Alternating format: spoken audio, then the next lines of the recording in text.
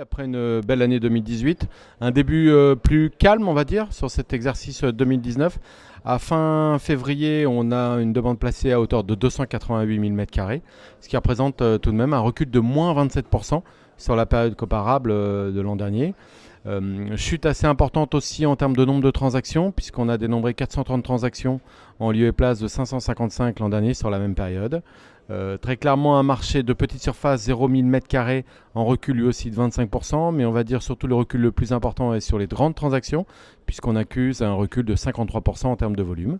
Le point très positif, par contre, une très belle dynamique dans les demandes entre 1000 et 5000 m², avec là un volume qui a augmenté d'un peu plus de 20%.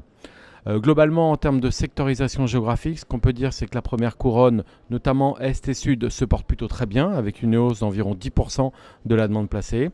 Par contre, Paris accuse un recul d'environ 38%, mais clairement, on pense que ce recul n'est pas du tout lié à une désaffection ou une absence de demande. Au contraire, beaucoup d'utilisateurs sont toujours à la recherche de centralité.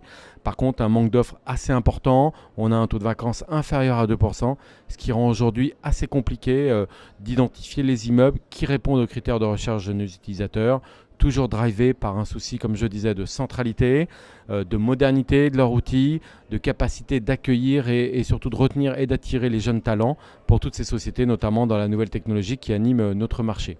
Sinon, toujours de grands projets aussi de regroupement d'entités importantes, quelques activités aussi prononcées liées au Brexit, mais toujours effectivement dans l'attente de la décision d'un Brexit souple, dur et surtout à quel terme. Voilà un petit peu les quelques tendances sur le marché qui restent de toute façon bonnes, au-delà d'une analyse statistique court terme qui peut être un petit peu inquiétante, mais qui pour nous en termes de dynamique de demande est toujours aussi positive.